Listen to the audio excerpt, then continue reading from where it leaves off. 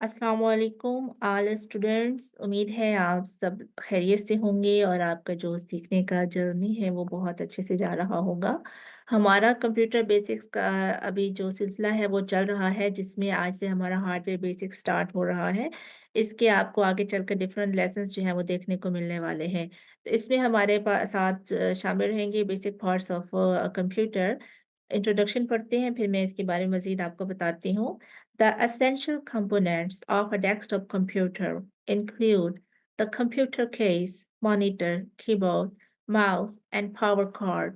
Each component serves a crucial function during computer usage. अब आप देखें कि जो आपके सामने ये डेस्कटॉप कंप्यूटर है, इसमें आपको मुख्तलिफ कंपोनेंट्स नज़र आ रहे होंगे, जिसमें से कंप्यूटर केस है, ये वाला जिसको हम सिस्टम यूनिट बोलते हैं, मॉनिटर है, कीबोर्ड, माउस और पावर कॉर्ड, यानी कि जो लीड्स हमें कंप्यूटर सिस्टम के साथ ज़रूरत होती हैं, उनका पावर कॉर्ड बोलते हैं।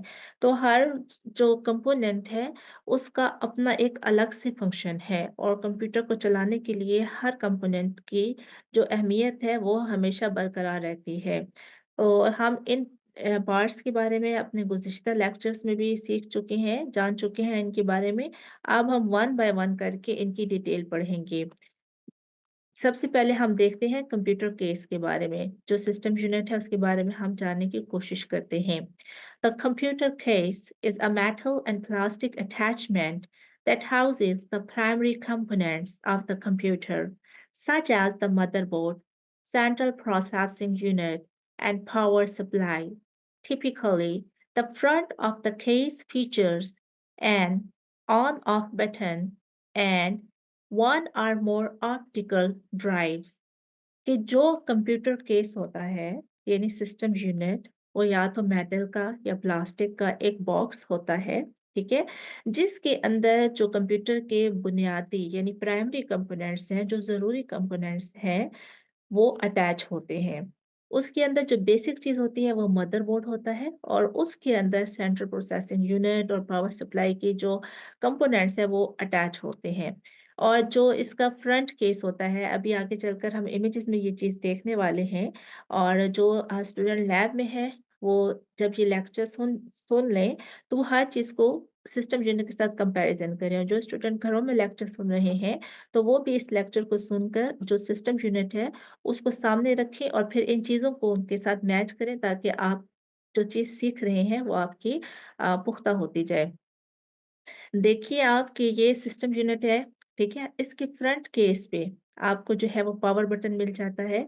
यहाँ पे कुछ ड्राइव्स मिल जाते हैं, जैसे सीडी ड्राइव, डीवीडी ड्राइव्स, कुछ आपको मतलब यूएसबी पोर्ट्स मिल जाते हैं। अब इसकी टाइप्स कितनी है कंप्यूटर केस की, उनके बारे में हम जानने की कोशिश करेंगे।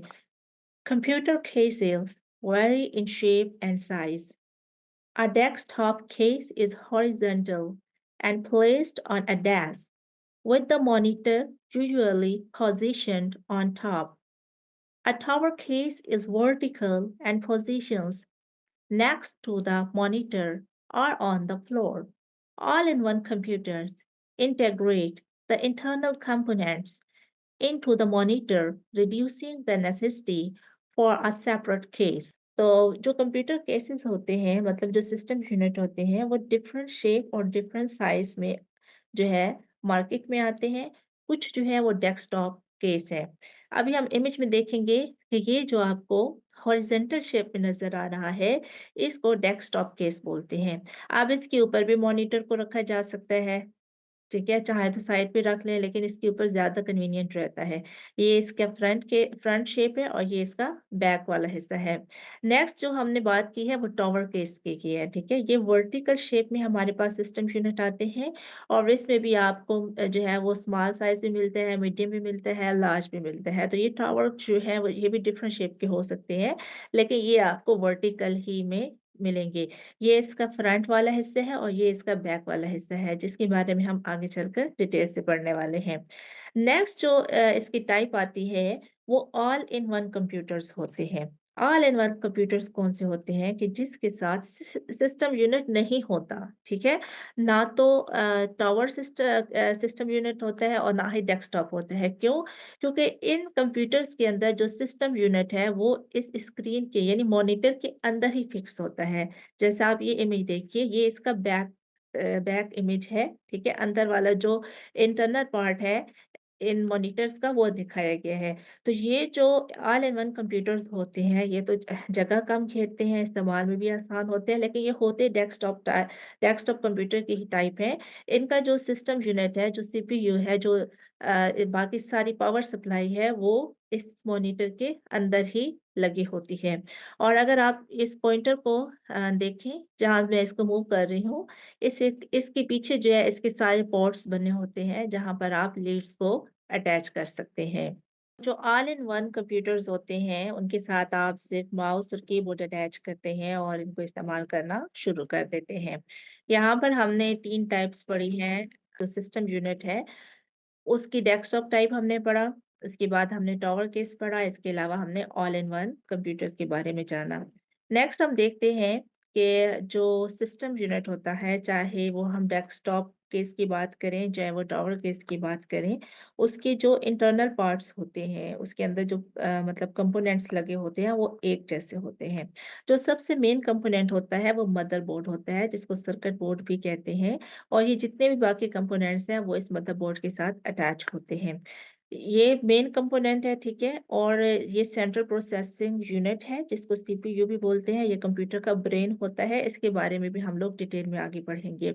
रैम है जो कि कंप्यूटर की मेमोरी होती है, ठीक है? रैंडम एक्सेस मेमोरी होती है, मतलब जो इसकी टेम्पोरेरी मेमोरी होती है।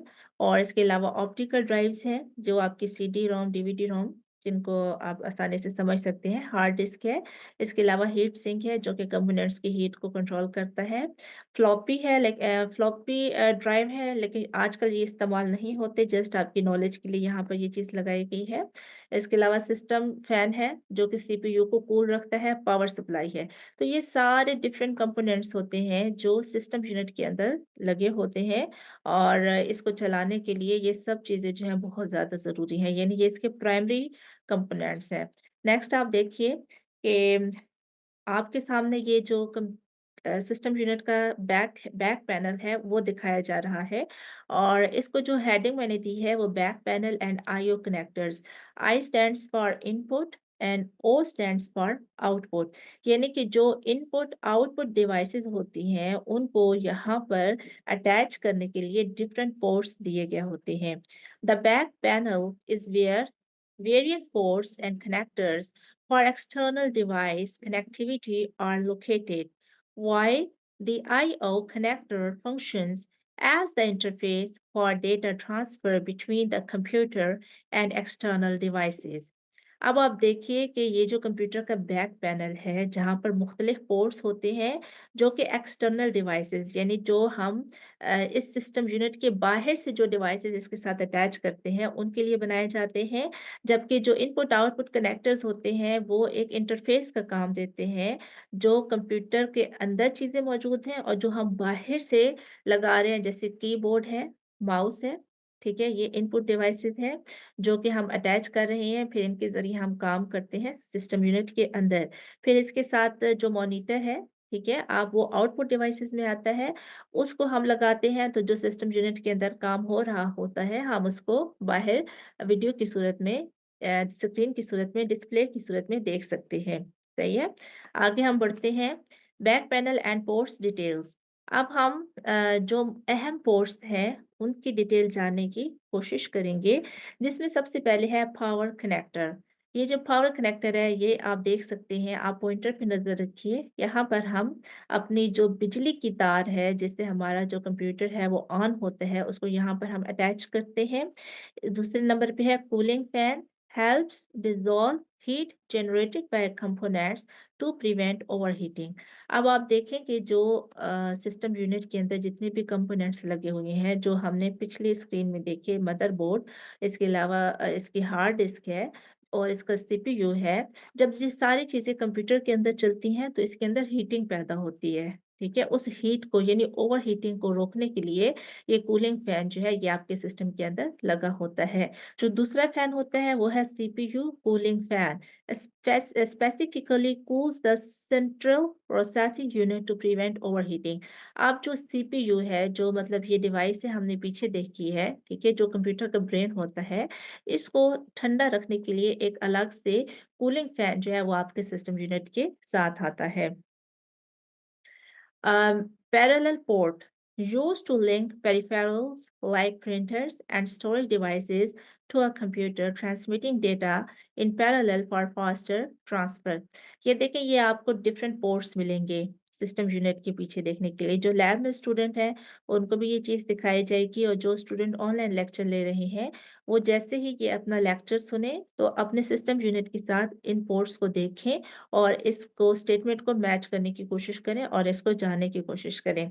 ये पैरेलल पोर्ट्स होते हैं, ठीक है? ये पेरिफेरल डिवाइसेज़ मतलब वही डिवाइसेज़ जो हम बाहर से अटैच करते हैं कंप्यूटर के साथ, जैसे प्रिंटर है या आउटर आपके पास स्टोरेज डिवाइसेज़ होती हैं, जो एक्स्ट्रा स्टोरेज डिवाइसेज़ होती हैं, उनको अटैच करने के लिए ये पोर्ट्स इस्तेमाल होते हैं। मतलब उनकी लीड्स इनके साथ आप लगाते हैं।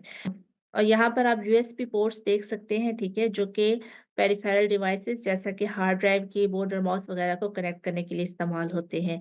यूएसबी पोर्ट्स जो हैं इनसे तो आप बहुत अच्छी तरह वाकिफ़ हैं, क्योंकि आज भी मोबाइल हैं, वो सब के सब जो हैं वो यूएसबी लीड से ही कनेक्ट होते हैं। तो जो अभी सिस्टम यूनिट के साथ कीबोर्ड और माउस अटैच होते हैं, उनकी जो लीड है वो यूएसबी वाली होती है और उसको यूएसबी पोर्ट के अंदर लगाते हैं। ऊपर आपको ये PS/2 पोर्ट, गोल पोर्ट नज़र आ रहे हैं सर्कल में, ये ओल्ड माउस और कीबोर्ड के लिए इस्तेमाल होते थे, लेकिन आजकल ये इस्तेमाल में नहीं आते, क्योंकि जो कीबोर्ड आता है या जो माउस आता है उसको हम यूएसबी पोर्ट के ज़रिए अपने सिस्टम यूनिट के साथ अटैच करते हैं। फिर वीजीए पोर्ट है, video graphic array port is a standard analog video output port used to connect a computer to a monitor or display device। अब आपके सिस्टम यूनिट के साथ अगर आपका मॉनिटर है या आपके पास एलईडी है, एलसीडी है, जो भी है, मतलब उसको कनेक्ट करने के लिए वीजीए पोर्ट होता है और उसकी जो लीड है वो इस ब्लू पोर्ट के अंदर लगाई जाती है। नेक्स्ट हम देखेंगे ईथरनेट लैन लैन पोर्ट। जो इंटरनेट का कनेक्शन है आपके पास, ठीक है? उसकी जो लीड होती है उसको लगाने के लिए ये वाला पोर्ट होता है, ठीक है? इसकी शेप बिल्कुल वैसे होती है, अगर आपके घर में कभी पीटीसीएल फ़ोन रहा हो और पीटीसीएल के फ़ोन के साथ जो लीड लगती थी उसकी शेप आपको पता होगी। सेम लाइक उस लीड की शेप इसी तरह होती है, और वो लीड जहाँ पर लगती है जिसके ज़रिए जो है आप अपने सिस्टम यूनिट के साथ इंटरनेट को कनेक्ट करके इस्तेमाल कर सकते हैं। ऑडियो जैक्स हैं, connect microphone, speaker and line in devices for audio input and output. यहाँ पर आपको अपने सिस्टम यूनिट में कुछ आपको ऑडियो जैक्स मिल जाएँगे, जिनके अंदर आप अपने स्पीकर और जो माइक्स हैं, उनको अटैच कर सकते हैं। फिर एक्सपेंशन कार्ड्स और एक्सपेंशन स्लॉट्स, इन दोनों के बारे में मैं आपको बताती चलूँ कि आपके सिस्टम यूनिट के अंदर कुछ एक्स्ट्रा स्लॉट्स होते हैं, ठीक है? जो कि आर्ज़ी तौर पे बंद होते हैं। अगर आपने कुछ एक्स्ट्रा कार्ड लगाना है, जैसे ग्राफिक कार्ड लगाना है या कोई वीडियो गेम है उसका कार्ड लगाना है, तो वो आप इनको यहाँ पर अटैच कर सकते हैं। तो आज हमने जो सिस्टम यूनिट है उसके जो बेसिक कंपोनेंट्स हैं उनके बारे में जाना, और ये जो पोर्ट्स हैं इनके बारे में जाना कि कौन सी लीड कहाँ पर लगती है और उसका क्या फंक्शन होता है, इसके बारे में जानने की कोशिश की। अगर आपका कोई क्वेश्चन है इसके आज के लेक्चर से रिलेटेड तो आप कमेंट बॉक्स में पूछ सकते हैं, और उम्मीद है कि आपको ये चीज़ समझ आ गई होगी, और जो बाकी इसकी चीज़ें हैं जैसे माउस है, कीबोर्ड है, सीपीयू है, इसके बारे में इंशाल्लाह हम अगले लेक्चर में डिटेल के साथ पढ़ने वाले हैं। अपना बहुत सा ख्याल रखिएगा। अल्लाह हाफ़िज़।